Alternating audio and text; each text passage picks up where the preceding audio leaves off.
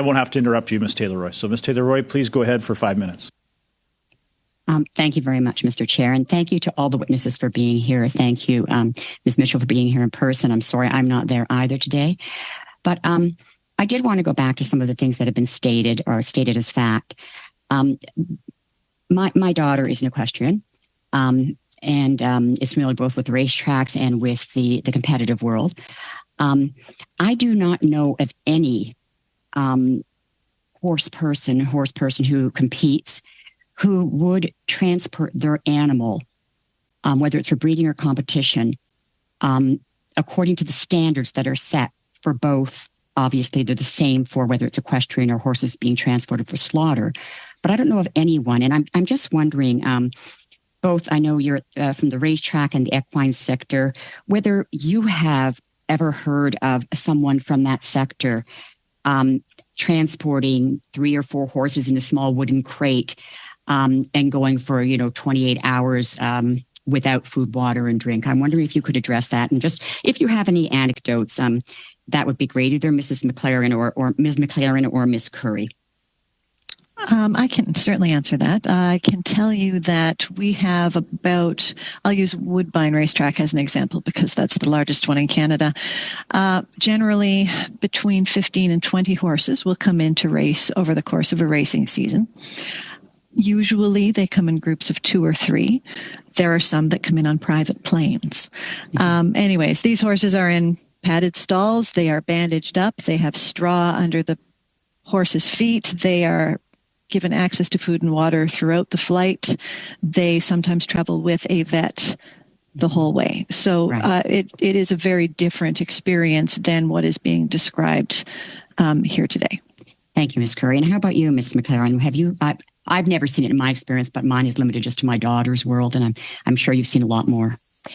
Yes, so I would concur with the explanation of how it was laid out. It's fairly very large areas. They are fed and they have water throughout the flight. I have loaded them personally onto their trailers on the way to the airport, and the care and concern that's done in that case, the bandaging of their legs and all of the care and concern that goes into the transportation. So absolutely 100%, it would be what she had described in terms of transportation. It would not be in cramped quarters or in wooden crates. Great. Thank you very much.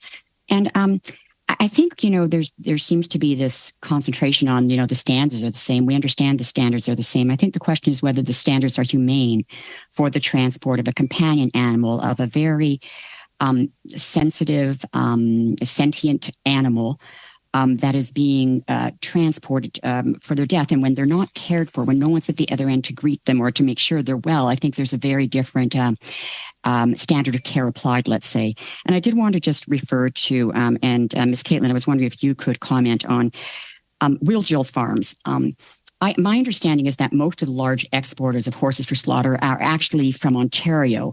And although I understand that there are some Métis, some Indigenous people, farmers involved, that the bulk of the transport and the profit actually go to these farmers from Ontario, including Wheel Jill Farms. And there was a case, Bovary Exports, where CFIA had investigated. And I just was wondering if you could comment, Ms. Caitlin, on the treatment of the horses that were found, that were initially set to be exported for slaughter.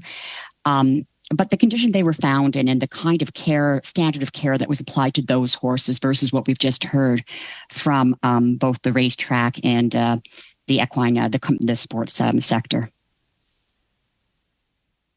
So yes, on the question of the nature of the industry, as we've heard this morning, there are about 4 companies who are themselves exporters. They're based in Alberta and Manitoba. Now, of those exporters, my understanding, mostly actually from media articles in the Western Producer and other agricultural sources, is that there is about 2 major breeders who supply those industries, and both are in Ontario. And neither, to my knowledge, are Indigenous, though I don't doubt that there are many other breeders across the country who are Indigenous. Those 2, I do not believe, are the major breeders. As for the specific incident you're talking about, that was really quite shocking. We saw in September of 2023 that the CFIA had laid charges against Bovary Exports Limited, which of course is one of the major players in this industry. The horses involved there were originally destined for the export market, is my understanding, but because of their poor health, they were put into our domestic horse slaughter industry. But it just sounds like the conditions that they arrived in were absolutely atrocious. And I've seen the photographs myself of these horses collapsed on the ground. Some, eventually died. So, it's incredibly concerning. And, it seems like even within Canada, coming from Ontario to these feedlots in Alberta and Manitoba, there are really valid concerns about these ways these animals are being treated. Thank you. Thank you very much.